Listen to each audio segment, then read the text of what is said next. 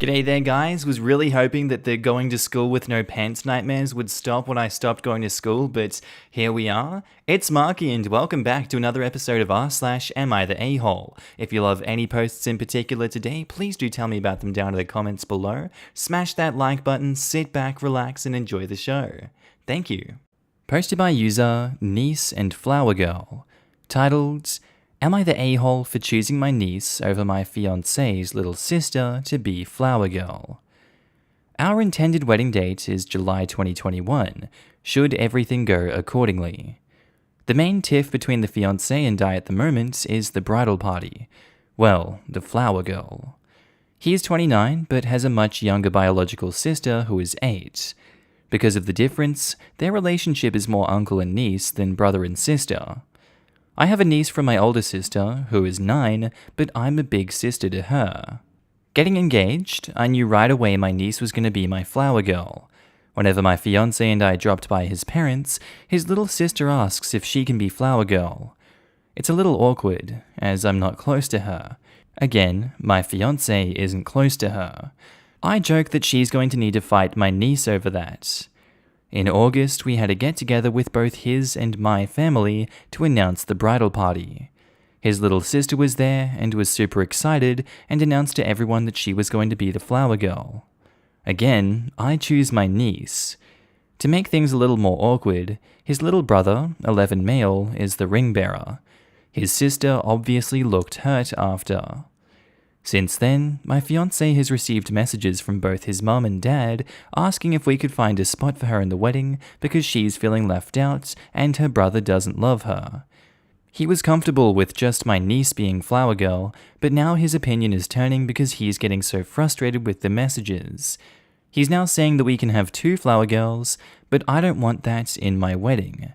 I made my choice and would like him to stick up for me. Am I the a-hole? I guess it's not just your wedding in that sense, it's also his wedding and he gets a say in it. As things happen in life, people's opinions change and people's wants and needs change.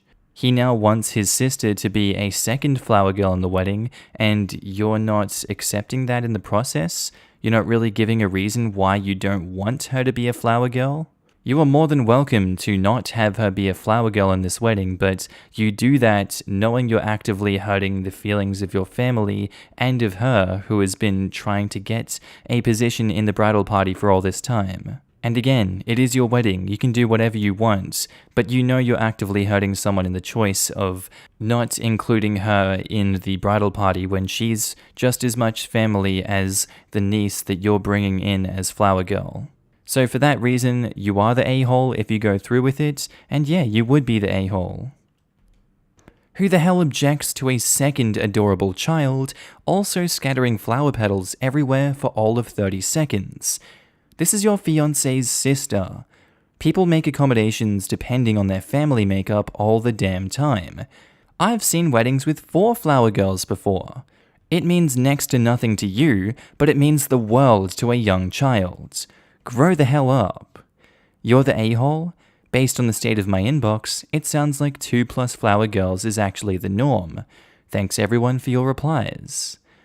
And who really cares if there are 2 Flower Girls instead of just 1?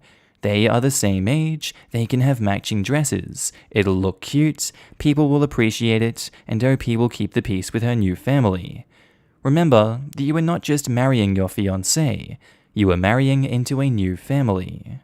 Mary, am I seeing things, or are there 2 Flower Girls at this wedding? That will knock off a star in my review for Nobody Gives a Crap Weekly. I don't want that in my wedding. Wait, you're marrying yourself? Isn't this your wedding, plural? What's with the my wedding? I say you're the a-hole because it's his wedding too, and including his little sister is a reasonable request for him to make. For real. OP is obviously one of those that thinks the wedding is her special day. Yeah, that made me cringe and realize all the times I commented, your wedding, your XYZ, the OPs probably interpreted it as them solo wedding, not their and their partner's wedding. Edit to add, my opinion is not the a-hole. OP clarified that her significant other does not want the little girl in the wedding. Doing so would only be to appease his parents. I understand the little girl feels left out, but her parents should have explained early on that she shouldn't expect something that wasn't promised or even remotely hinted at. Posted by user throwaway453147, titled, "Am I the a-hole for losing it when my fiancé sold my and my late fiancé's engagement rings? I, 33 male, lost my late fiancé to a severe infection, sepsis, in 2016. I proposed to her when she was sick, and we were planning to get married 4 months after proposal, but she passed away, and it was unexpected because her health was getting better. After being on life support for 10 hours, she died on the 3rd of the 7th, 2016 at 1 p.m., and was put to rest with her funeral on Saturday. This was so hard for me to deal with, and I had a hard time coping. The pain was unbearable. There was literally no place to hide and forget about what happened. It's been 4 years. I'm moving on now. My then-girlfriend, now fiancé of 2 months, we've been together for 16 months, came around, and we started dating. Then I decided to take a step forward and propose to her. She moved in with me after I rented an apartment and changed my job. I kept my late fiancé's engagement rings and let her family keep most of her belongings before I moved. I have the rings, along with a few photos and stuff that we bought together. My fiancé noticed the rings and said that I was weird for still keeping engagement rings. I don't know why she would think that. It's not like I wear my past engagement ring on my finger or anything, but she seemed uncomfortable that I was keeping them as mementos. I've been struggling with money lately, and she brought up selling those rings a couple of times. But I just told her that I'd work something out since she'd get sensitive if I told her they were so important to me. Like, she would react to that. My and my late fiancé's rings were missing 2 days ago. She told me she sold them on Facebook for X amount of money and bought important stuff for the apartment to help with a thing or two. I lost it. I told her she had no right to take personal stuff and sell them online for her convenience, and thinking she was helping. She lashed out, saying that she didn't expect me to blow up like that, and tried to justify her behavior by saying that I clearly still have feelings for my late fiancé, and asked why I would still keep my late fiancé's engagement ring when I already have a fiancé. I told her that she would never understand how much she hurt me and disrespected me by doing this. I asked her for some space, and she said she wanted to spend the night at a friend's place till I figure out my priorities and realize I shouldn't have yelled like that. Am I the a-hole for losing it when my fiancé sold my and my late fiancé's engagement rings? I'm gonna go with no for this one. I feel like it's pretty obvious that she overstepped the boundaries here, and she's jealous that you aren't letting go of someone that you cared about that is now dead.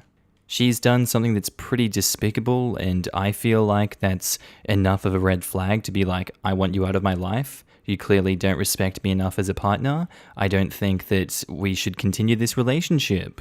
Who knows what the hell else she thinks she can get away with in the future if you allow her to do that. Like, that's not safe, that's not good for your mental health, and I would not recommend it. Gonna go with not the a-hole. I really can't blame you for losing it. You are not the a-hole. Your fiancé dropped these red flags. 1. She was jealous of a woman who has passed on. 2. Went behind your back and stole from you. 3. Decided to sell personal things of yours. And 4, as you put it, she disrespected you and your feelings. So she's an a-hole and a thief. OP says, I don't understand why she would feel jealous. I give her all my attention, and I never even talk about the past with her. I keep a lot to myself, and I never bother her with my issues. Our relationship has been a priority to me ever since we got together. So her behavior is just unreasonable, and for her to do this is just not okay. And I'm hurt that she wouldn't respect my privacy and my personal belongings and decide for me. Speaking as the second wife of a widower, the jealousy has absolutely nothing to do with your actions. It is 100% self-created. It's the thoughts that creep in and will turn into this sort of situation if not dealt with. Things like wondering if you're just a replacement. I actually asked my husband to reorganize the furniture in the house when I moved in, because I didn't like that it felt like I was just stepping into the vacancy left when she passed. He had no problem with it at all. Current fiancé not being mature enough to actually discuss this with you is a pretty big indication that she is not yet ready for marriage. I agree 100%. As a widow, I have mementos from my life with my husband that I will treasure forever. I have a boyfriend of several years who understands that my past and the love that I have for my late husband are part of what has made me the person I am now. He also understands that I love him and he's not in a competition with anyone for my affection. A little jealousy is normal in a relationship post-loss of a significant other in my opinion, because your relationship with your late fiancé ended while it was still positive, which makes it different than when two people argue or grow apart and break up. While it's important to recognize that your past relationship is sometimes going to cause irrational jealousy in your partner, you shouldn't be in a relationship with someone who has so little care for you as to intentionally get rid of something so sentimental. If she's pretending she didn't realize the pain it would cause you to lose these items, she isn't being honest. Her actions were intentional and driven by her own extreme selfishness and jealousy. You need a partner, someone who you can trust and respects you. Your fiancé doesn't seem mature enough to be in a relationship with anyone. You are definitely not the a-hole, she is. I heard one woman describe this in a lovely way. She said her heart just grew big enough to hold enough love for two people, the husband she lost and the new love she found. Nobody would expect you to get over the death of a parent or sibling.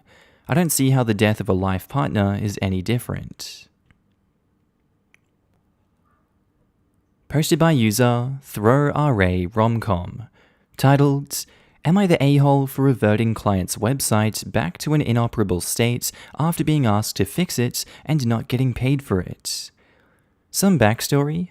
Client and I have had some business deals together in the last 9 to 10 years where I've made a couple of websites for him. Last year in November, he reached out to me to update a few pages for him and update his logo in the process. During this time, he also brought up that he wants to refresh his website to something new. My intention was not to charge him and just lump it together with the new website fees. I did not communicate my intentions to him in writing. He never followed through with the new website. Fast forward till last month, and he asked for assistance fixing his website. Turns out something was down on the hosting side, and it took me a few hours to figure it out. After sorting it out, I invoiced him my time and tacked on the previous update work that I did for him last year. The client became very upset that I did not communicate to him that I would charge him. He then brought up that he wants to pursue the refreshed website again. To date, he still has not paid the invoice and has been flaky about meeting to discuss the website. I asked him to pay the invoice for my time again with no response. This morning, I've reverted his website back to its vegetative state due to late and no payment. Am I the a-hole for doing this? I can see where it's easy to think that this is not the a-hole. He didn't pay you, therefore you can do whatever the hell you want. But you made it obvious in this one that you didn't communicate, and you continue to say that you did not communicate. And part of all relationships, business or personal, communication is a huge point and something you need to focus and work on. You're in this position where you're not being paid because you failed to communicate in these previous scenarios. I think the onus is falling on you particularly. And the fact that you're now damaging this man's business, even though it does appear that he's done you wrong by not paying, I still think it's an a-hole move. Unfortunately, I feel like this could have been prevented if you just talked to them. And it doesn't seem like you did, so I'm going to go with you're the a-hole. Update 1. Everyone, thank you for your input. For more information, I don't know if the client knows that the website is down. After much consideration, I've brought back the website online. I'm hoping that the client is unaware of the hiccup. My current thought process is to use this as a learning lesson to be more clear in the future, and decide to either do a favor or to be transparent and charge them. I will be retracting the invoice from the client and chalking this one up as a loss. And update 2, I didn't think this post would explode the way it did. This is the first time I've ever had a post with more than 100 upvotes, although I am now labeled an a-hole. Thank you to everyone for passing by. I appreciate all the posts and DMs regarding this. It has been so helpful and enlightening to hear everyone's honesty. You're the a-hole. You did work and then chose not to bill him for it. Sure, it fell through, but you should have invoiced him for what you did do, i.e. logos. Then this entire section, and you say, you didn't invoice for any of that. Then later, tacked on a charge that you never invoiced for him to begin with on separate work, and then expected him to pay? What you are experiencing is people getting mad about hidden fees. Not cool. And OP replies, okay, I can see your point of view and I agree with it. Let's say I took off the work that I did last year from my current invoice. Would that still make me the a-hole? I'd say it's an everyone sucks here situation. A client shouldn't expect work for free, but you should be upfront about your fees. When you're hired to do a job, tell them at the beginning what the price will be, or at least an hourly rate with an estimate. You're the a-hole. 1. Never do work without a contract, ever, ever. 2. Contracts should specify that your work is your IP until you get paid. Upon payment, they own the work done. Had you done this in either circumstance, you wouldn't be up Crap Creek without a paddle like you are now. 3. You waited nearly a full year to bill him, and only did so after he requested more work.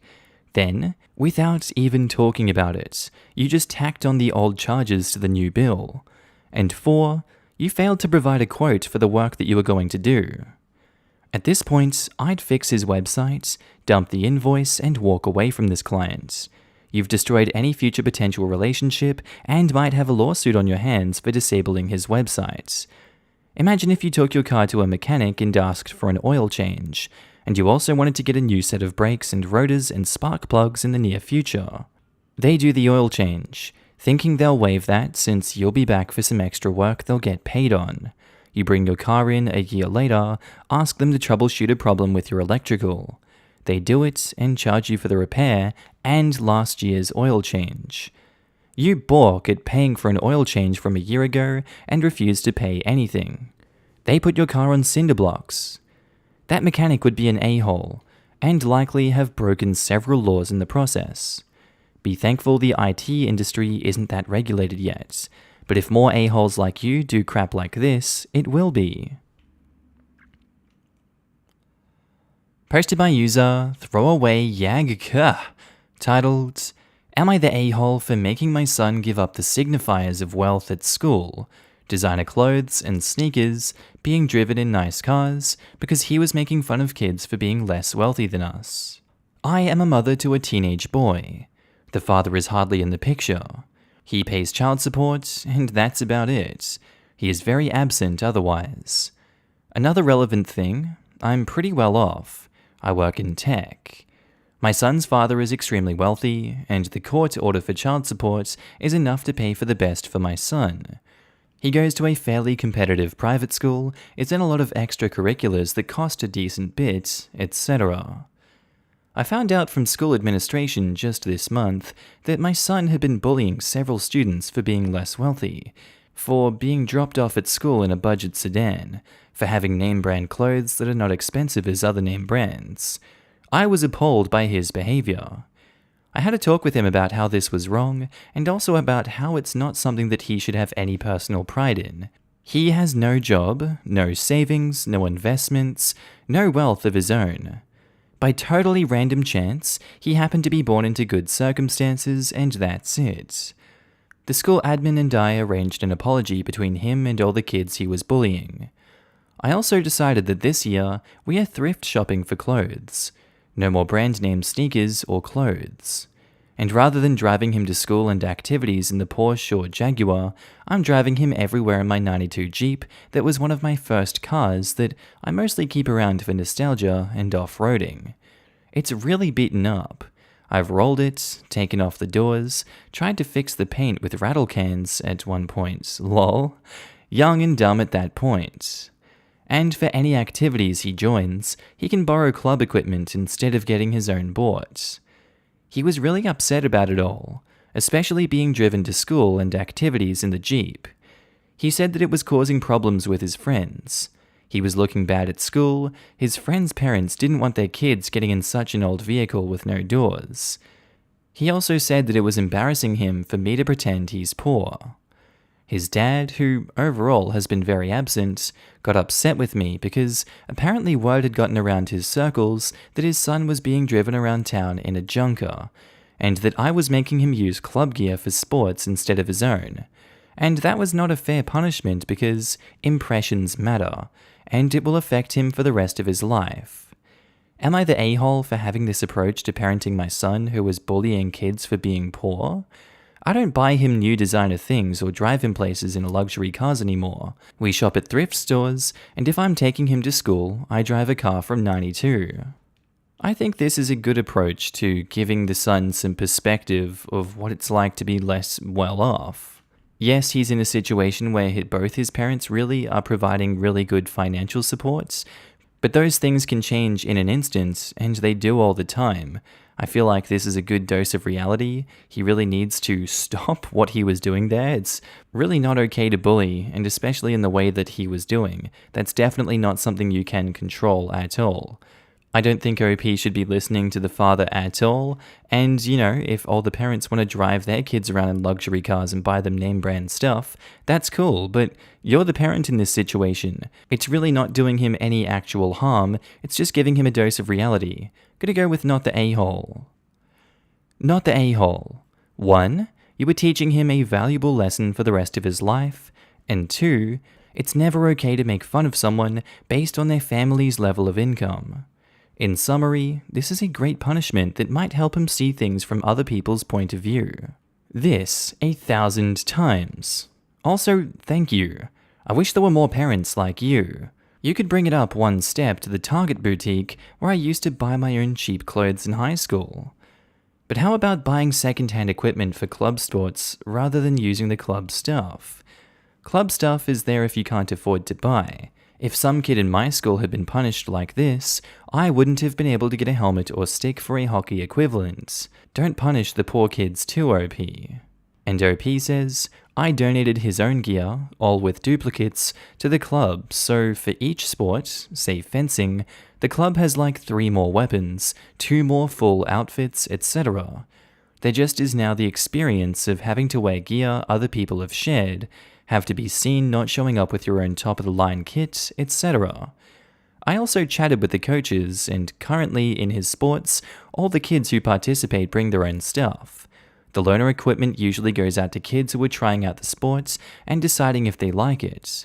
But just due to the level of wealth of these other kids' parents, they never stay using club gear for long. Also, a bit of a tangent, but this has opened my eyes to how horrible a job my son's school does with providing financial assistance for anyone who can't pay in full. He literally sees a brand new Ford sedan as poor because that's the least expensive thing that any kid he knows gets dropped off in. None of his peers have to borrow club gear, etc. I'm thinking about talking to the school admin about what, if anything, they are doing in terms of making this education more accessible, because it sure seems like nothing at all. Absolutely in the clear then, and I must say, good job on making the punishment fit the crime and thinking ahead. Okay, and I think that's where we're going to end today's episode, guys. As always, I do hope you enjoyed it, and maybe even learned something from these stories. Just want to say a quick shout out to my Patreon subscribers and my channel members. You guys should be on the screen right now. If you do see yourself, I want you to give yourself a little pat on the back for being amazing and supporting me on this channel, this little journey we're going on the YouTubes. I really appreciate it, and you guys enable me to do all this amazing work. So if you do see yourself, I love your face and I'm happy to see you. Also guys, if you want to pitch in your own support, you don't have to, but channel links are down in the description below to support the Patreon, the channel membership, whatever you want to do. It's kind of like tipping me if you feel like I'm doing a good job on this channel. I will be opening up avenues for content on those in the future. Just right now I'm kind of bogged down and stuck in Ireland, but It is what it is. Anyway, guys, with that said, I do hope you have a wonderful day today. Whatever you're up to, I'd love to know down in the comments below. I do hope you have a good day, night, sleep. Whatever you're up to today, tell me, and I'll see you in the next episode, guys. Bye.